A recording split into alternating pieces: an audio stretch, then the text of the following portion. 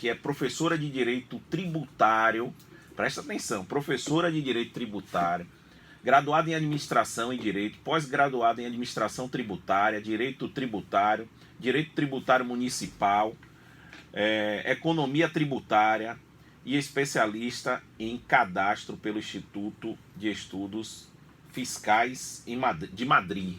Então, olhe com quem a gente está falando, viu? Olhe com quem a gente está falando. Deixa eu dar logo um bom dia para ela. Bom dia, minha amiga, seja bem-vinda ao nosso Radar Imobiliário.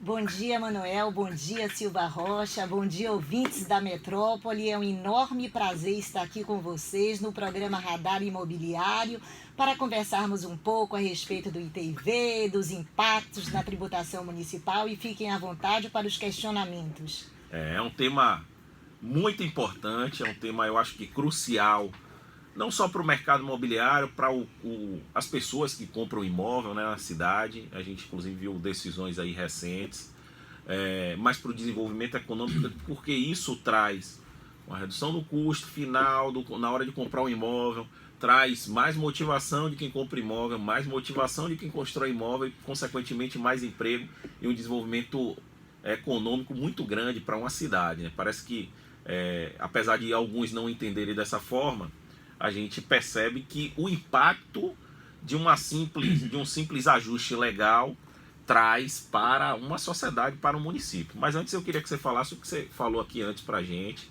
de quem você é filha, chegou aqui já campeã brasileira, a primeira campeã brasileira.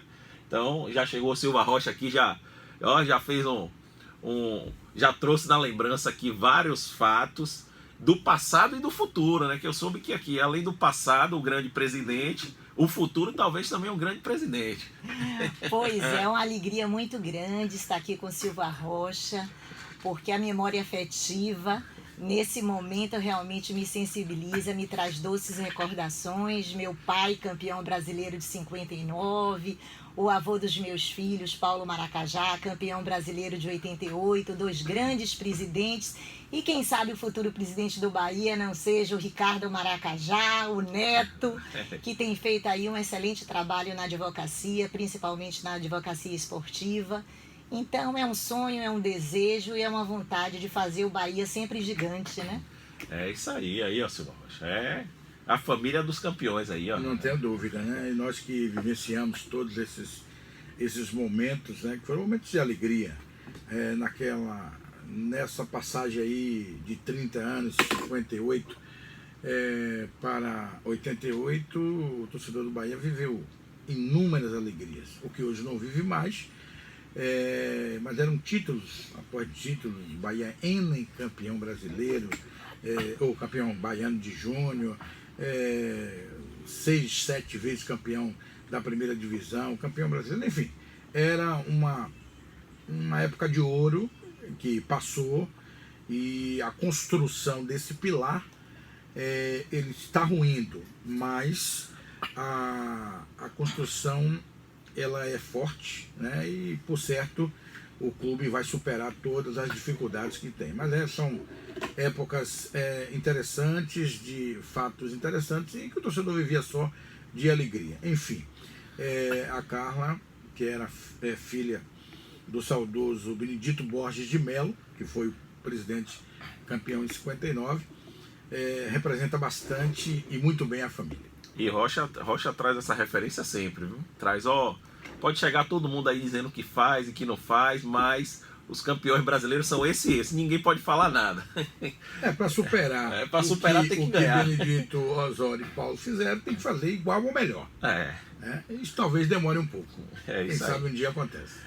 Bom, mandar um abraço aqui para meu amigo Gilberto D'Artinelli, está aqui sintonizado aqui também no nosso programa. Minha amiga Carla Sabac, também advogada de Direito Imobiliário, diz que está sintonizada, curiosa para ouvir também minha amiga aqui. Meu amigo Cláudio Muniz, também, do Consórcio Baiano, é de Carla para Carla, na verdade, né? Carla de um lado, Carla Sabac de um lado, Carla Borges de outro. E meu amigo Caribé, da Casa On, também aqui sintonizado aqui no nosso programa. Todo mundo curtindo aí esse tema, que é um tema muito importante, viu, Carla? É um tema que precisa ser bem discutido. Teoricamente, não deveria ter essa discussão, né? Quando a gente fala que é o tema do ITV aqui para Salvador ITBI em algumas outras cidades, mas que é a mesma coisa, né? o mesmo imposto, e que as prefeituras passaram, algumas, e a Salvador atua isso de forma assim intensa, criaram um valor referência diferente do valor de compra e venda do imóvel para cobrar o ITV, e 99,9% dos casos que existe uma diferença, a diferença é sempre para maior, né? O que deixa a gente extremamente preocupado. Eu queria que você falasse um pouco do imposto, o que é esse imposto, na prática, ele é devido, por que existe essa diferença de valores, pode ser cobrado, não pode? Queria que você desse um panorama inicial aí pra gente. Perfeito, Manuel. Cumprimentando Carla, cumprimento os demais ouvintes. Muito obrigada pela audiência aqui no programa Radar Imobiliário. Veja bem, vamos começar até pela nomenclatura, Sim. Como você mesmo falou, Manuel. Por que aqui em Salvador ITV, em outras municipalidades ITBI? Na realidade, nós remontamos ao Código Tributário de 66. O Código Tributário de 66, ele dispõe sobre o imposto de transmissão de bens imóveis, que era de competência apenas estadual. Com a Constituição Federal de 88, o que é que ela instituiu? Na realidade, a Constituição ela dividiu esse imposto em dois. O imposto de transmissão de bens imóveis intervivos, ele ficou de competência municipal, certo. E o imposto de transferência de imóveis por doação ou causa mortis, ou seja, por herança, ficou de competência estadual. Então, alguns municípios continuaram adotando a nomenclatura ITBI e outros municípios o transformaram em ITIV. Mas trata-se do mesmo imposto de competência municipal, onde a Constituição Federal, no artigo 156, outorga competência para que os municípios brasileiros possam instituir esse imposto de transmissão de bens imóveis intervivos, entre vivos. Perfeito? Certo, perfeito. Então vamos agora Agora falar... está muito bem claro o que é, por que existe a diferença. Exatamente. E este Código Tributário Nacional, embora tenha nascido como decreto-lei, ele foi equiparado à lei complementar, só pode ser alterado por lei complementar. Certo. Então, esse Código Tributário é a nossa lei complementar e cabe à lei complementar dispor sobre normas gerais de direito tributário. Cabe à lei complementar, por exemplo, estabelecer base de cálculo, contribuinte, fato gerador. Então, uma lei, por exemplo, ordinária municipal, não pode dispor de forma diferente da lei complementar. Sim. Então, isso é um dado para que o ouvinte fique sinalizado deste fato. Agora vamos para o ITIV propriamente dito. O município institui o ITIV. O grande problema dessa decisão hoje do STJ se refere à base de cálculo. Certo. Por que base de cálculo? Você deu um exemplo muito claro. A base de cálculo é o valor do bem transmitido. E qual é este valor do bem transmitido? É o valor do contrato, é o valor da escritura. Ora, se você compra um bem por R$500 mil, existe um percentual que se chama alíquota, que incide sobre essa base de cálculo para apuração desse imposto. Em Salvador, 3%. Então, você paga, por adquirir um imóvel, 3% de ITIV ao município de Salvador. Se seu imóvel você comprou por R$500 mil, você pagaria quanto? R$15 mil. Certo. Só que o que é que vem acontecendo desde 2013 com a reforma tributária municipal, fruto daquela lei 8.421, que foi tão massacrada na época porque nós dizíamos que era uma reforma tributária draconiana, porque nós já prevíamos o que viria nos anos seguintes, como nós podemos constatar. Até 2013, o contribuinte declarava o valor do imóvel. Sim. Eu estou comprando um imóvel de R$500 mil e, portanto, minha base de cálculo é R$500 mil. E se quiser uma comprovação, o contrato de compra e venda, né? Perfeito. A escritura, ao registrar no cartório. E o que ocorreu com essa lei 8.421? Ela disse que o município tornaria públicos os valores venais atualizados. E o que isso quer dizer? O município passou a arbitrar uma base de cálculo diferente do valor da transação. E ao arbitrar essa base de cálculo, era majorou. Então, este mesmo imóvel, comprado por R$500 mil, Quando o contribuinte ia emitir a sua guia de TIV, ele não tinha mais a prerrogativa de colocar o valor declarado, o valor da transação de 500 mil reais. E o município tributava ele em cima de 1 milhão. Então, em vez desse contribuinte pagar de TIV 15 mil reais, esse contribuinte pagava 30 mil. Pagava não, continua pagando. Porque isso não modificou. E tem um detalhe, você assim, está trazendo aí, bem detalhado a informação. Tem um detalhe, para quem entende do mercado imobiliário sabe. No mesmo prédio, o mesmo imóvel, com as mesmas características de tamanho, vaga de garagem e tudo, tem preços diferentes, até pelo estado de conservação. Então não pode ser um padrão de valor, né, como a prefeitura coloca. Perfeito, Manuel. Inclusive, um dos argumentos do Dr. Gurgel, ministro do STJ, foi exatamente esse. Que uma unidade imobiliária difere da outra. Sim. E que você não pode simplesmente arbitrar um valor sem conhecer a unidade imobiliária. Isso. A presunção ali do que efetivamente é o imóvel é o quê? São as características dele, do imóvel que está sendo transacionado, que você pode ter no mesmo prédio 2 imóveis, sendo que um em melhor estado de conservação do que outro, e vai ter um valor de mercado superior. Porque quando nós falamos em valor venal, o que o ouvinte, o que o aluno, o que o profissional do direito, da contabilidade do ramo imobiliário tem que entender, que o valor venal pode ser um para o ITIV, outro para o IPTU, outro para o imposto de renda. E depende de quê? Depende das leis, depende da jurisprudência. Sim. Então, neste caso concreto, o que foi que essa nova decisão do STJ trouxe? Ela decidiu por 3 teses. A primeira tese é que jamais a base de cálculo do ITIV pode ser igual à do IPTU. Você não poderia mais usar, nenhum município pode usar a base de cálculo do IPTU para o ITIV. A segunda tese é que jamais o município pode arbitrar um valor, criar, como você mesmo diz, um valor de referência diferente do valor do imóvel que está sendo adquirido. Sim. Que é o que acontece aqui em Salvador. Exatamente, que é o que vem acontecendo aqui em Salvador. E a terceira tese é a prerrogativa do contribuinte, é a presunção de boa-fé do contribuinte que ele tem de declarar o valor do bem que está sendo adquirido. Sim. Então, o contribuinte tem presunção de boa-fé. Mas se ele declarar, se ele prestar uma falsa informação, veja bem, a própria decisão já prevê o quê? Caso o município discorde, que se institua o quê? Um procedimento administrativo para que ele prove o contrário. E o ônus da prova cabe à municipalidade, não mais ao pobre do contribuinte, que desde 2013 tem que ingressar com avaliação especial para provar que a transação foi de 500 mil e não de 1 milhão, paga um laudo de avaliação, não obtém êxito e acaba pagando um imposto maior do que o devido.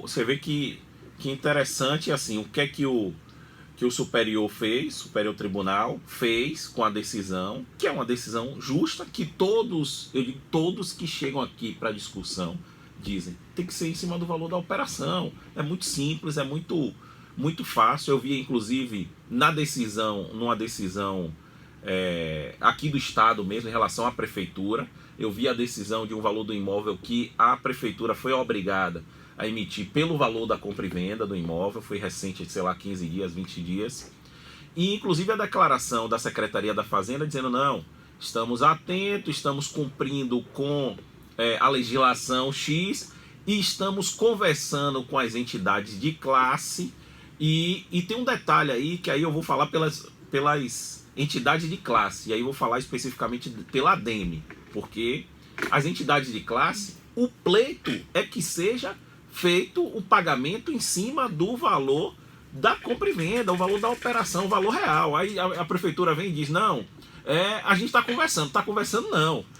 O pleito é para que seja feito da forma correta, legal, e a prefeitura faz de forma completamente diferente. Então, abrindo aspas aqui para a questão da declaração da prefeitura, que não tem nada a ver com a realidade, né?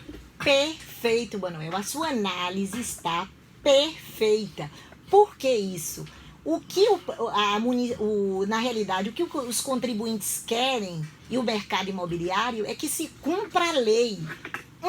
Dizer que o município, que a lei municipal não é compatível, porque o artigo 116 do Código Tributário de Rendas do município de Salvador, que é a lei 7.186/06, diz que a base de cálculo é o valor do bem transmitido. Se é o valor do bem transmitido, é o valor da transação. Então, não tem necessidade nenhuma de alteração na lei. Basta que o município cumpra. 2, conversar com o mercado imobiliário, estabelecer contatos, não é isso. É isso. O contribuinte quer eficácia, o contribuinte quer atitude, o contribuinte quer mudança de procedimento. E outro detalhe, o contribuinte não quer nada ilegal, o contribuinte quer que se cumpra a lei. Trata-se aí, no caso do ITIV, de enriquecimento sem causa. Você não pode atribuir uma base de cálculo majorada, sendo que o contribuinte tem como provar que o valor da transação é infinitamente menor. Sim, sim. Então, a sua colocação é perfeita, porque estabelecer diálogo é importantíssimo, mas estabelecer diálogo com efeito prático, cumprindo. Mas o município não está vinculado. Olha, vamos por etapas. A decisão do STJ trata-se de um tema de recurso repetitivo. O que é que o Código de Processo Civil fala de recurso repetitivo? Toda vez que um tribunal de justiça tiver um caso concreto semelhante, ele tem que decidir exatamente conforme a tese do Superior Tribunal de Justiça, do STJ. Ora, se o município tem conhecimento que todos os tribunais de justiça do país vão decidir pelo valor declarado pelo contribuinte, desde que não tenha procedimento administrativo que discorra ou que comprove o contrário. Se ele sabe disso, por que não já adequar seu sistema de administração tributária? Não pode, porque o sistema de administração tributária emite o DAN automaticamente. Não é verdade. Até 2013 o contribuinte declarava através de guia e todo mundo sabe que é muito fácil você dispor de um documento de arrecadação municipal onde o contribuinte declare, se impute 3% de imposto e se calcule o valor final do imposto, pelo amor de Deus. E se a prefeitura não tiver dinheiro para fazer isso, eu vou doar um programador para fazer essa alteração no sistema, que é a coisa mais simples do mundo. Exatamente, não há necessidade hoje. O que é que o município fez, gente? Olha onde reside aí uma ilegalidade que já vem sendo perpetuada desde 2013. O código foi muito claro. A Lei 8.421 disse o seguinte: o município tornará público os valores venais atualizados. Sim, mas através de quê? Procure. Não tem uma lei, porque não está no anexo da lei esses valores. Não tem uma instrução normativa, não tem uma portaria, não tem nenhum decreto que disponha sobre a matéria. Como é que o contribuinte conhece esse valor venal atualizado? Através do sítio da internet. Através do site da secretaria, ele coloca o número da inscrição imobiliária, que é aquele mesmo número que serve de referência para o IPTU, e aparece o valor venal atualizado. Isso é um absurdo. Por quê? Eu digo porque, se nós compararmos a legislação do IPTU, a planta genérica de valores, ela está na lei, é um anexo da lei. Em relação ao ITIV, não. Então, olha, vamos agora para a parte jurídica. O que é que o artigo 97 do Código Tributário Nacional fala? É matéria de lei, base de cálculo, fato gerador, contribuinte, é a lei que tem que dispor.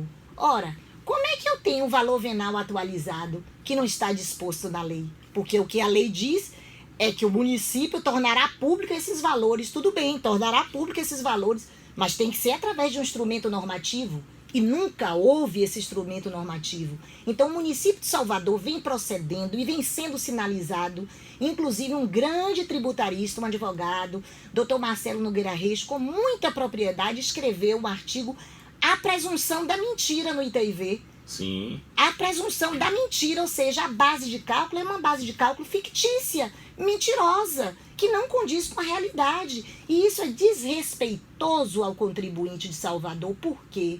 Porque é um direito constitucional previsto no artigo 6º da nossa Carta Magna, o direito à moradia. Se o direito à moradia é previsão constitucional, nós não podemos atrapalhar aquele contribuinte que almeja ter um cantinho. E eu me recordo, viu, Manuel e Silva Rocha, porque eu ouvi um contribuinte dizer assim, comentar, numa matéria que saiu recentemente no Jornal à Tarde, ele comentava, se não tem dinheiro para pagar o imposto, não compre um imóvel, alugue.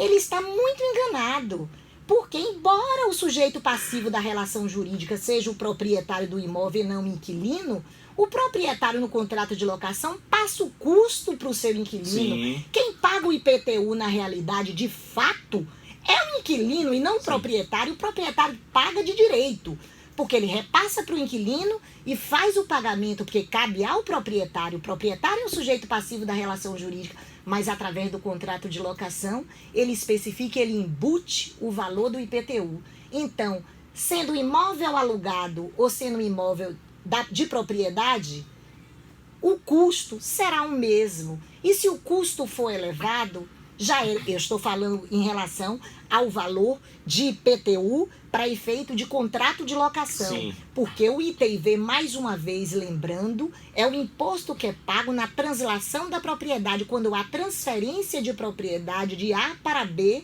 e entre vivos, porque se for um imóvel transferido por herança ou por doação, cabe aí a competência estadual, e que aqui na Bahia chama-se ITD, em que outros estados chamam ITCMD, mas trata-se também do mesmo imposto. Bom, eu perguntaria o seguinte, é uma ilegalidade praticada e que não tem como se reparar? É uma ilegalidade praticada, sim. Ilegalidade e inconstitucionalidade. Ter como se reparar? Tem. Nós temos 2 caminhos aí, Silva Rocha. O primeiro é adequar hoje, porque isso é urgente, a legislação municipal à decisão do STJ e permitir que o contribuinte declare o valor efetivo do imóvel que está sendo comprado. E outro detalhe, em relação à reparação, a sua pergunta é importantíssima, porque isso é o que mais interessa aos contribuintes que foram lesados esses últimos anos. Caberia ou não, eu até escrevi sobre o assunto restituição, é lógico que cabe, diante dessa decisão do STJ, em que a presunção de boa-fé prevalece, o contribuinte comprovando, e ele comprova como? Através de um contrato de compra e venda, através da escritura pública, comprovando que o valor da venda, olha, chega a um ponto, é porque aqui nós estamos falando na Rádio Metrópole, no programa Radar Imobiliário, e eu não posso apresentar para vocês. O interessante é eu trazer exemplos práticos. Se hoje vocês pegarem uma escritura pública registrada no cartório de imóveis, vocês vão poder observar no descritivo que ela diz o valor da transação, exemplo, R$500 mil, a base de cálculo do imposto de 1 milhão. Isso não existe. Por quê? Porque a base de cálculo tem que ser o valor da transação. Chega a ser um absurdo, né? E não o valor arbitrado. Então, a mesma pessoa que adquire o imóvel, adquire por 500 mil e paga o imposto em cima de 1 milhão. E quem paga em cima de 1,5 milhão? E quem paga em cima de 2 milhões? Isso não existe. Isso é expropriar. Isso é retirar do contribuinte parcela de riqueza que não cabe ao Estado, que eu digo no sentido lato sensu, aos municípios brasileiros, no caso do ITIV. Não é possível isso. Então, cabe sim, Silva Rocha. Sua pergunta foi importantíssima, porque eu acho que hoje o que os contribuintes querem mais saber é se eles poderão receber de volta o imposto pago indevidamente. E eu, na minha modesta opinião, enquanto estudiosa do direito, acredito que sim. Eu acho que, independente da decisão do STJ, já caberia uma ação para que se receba de volta o valor pago a maior, a diferença, sim. Aquela famosa frase, né, que foi dita um dia, pense num absurdo, na Bahia tem precedente. Infelizmente é assim. Eu vou depois, Rocha, eu queria que Carla explicasse, porque a gente vai para o nosso intervalo aqui. Queria que Carla explicasse, porque a gente percebe assim, a decisão do STJ, aí a gente percebe um caso específico em Salvador, com a justiça seguindo o caminho do STJ, e todo o entendimento de todos os especialistas dão o caminho de que a prefeitura está fazendo algo completamente equivocado. E a prefeitura continua fazendo, e eu queria que você explicasse depois isso, porque fica parecendo assim, eu vou continuar fazendo, quantas pessoas vão entrar na justiça? 20%? 10%? é uma devolução somente do valor de diferença. Tudo bem, desses 20% eu devolvo, mas a arrecadação eu aumentei, eu cresci e valeu a pena Mas ficar na ilegalidade. Essa decisão do STF não podia ser mais rígida, não? É isso que eu queria que ela explicasse depois. Tipo assim, pode ser um valor em dobro, a devolução em dobro, quem paga os custos do advogado, do contribuinte? Porque se ele vai entrar na justiça, ele vai recuperar o dinheiro. Aí ele vai recuperar o dinheiro. Se ele tiver que pagar os 20% do advogado, ele não vai recuperar o dinheiro, ele vai recuperar 80% do dinheiro, né? Então, isso tudo eu queria que você explicasse aqui, já depois do nosso intervalo. Mandar um abraço para meu amigo Marcos Alexandre da MGAE, meu amigo Carlos Oliveira, gosto muito dele, meu amigo Carlos Henrique, da Gráfico, aí sintonizado também, meu amigo Lemos, que é diretor da NH Imóveis, está aqui sintonizado, Lília Piropo também está aqui sintonizado, enfim, muita gente sintonizada aqui no nosso programa, já inclusive tem perguntas aqui de ouvintes, mas a gente vai no intervalo, já a gente volta. Você está ouvindo Radar Imobiliário da Rádio Metrópole.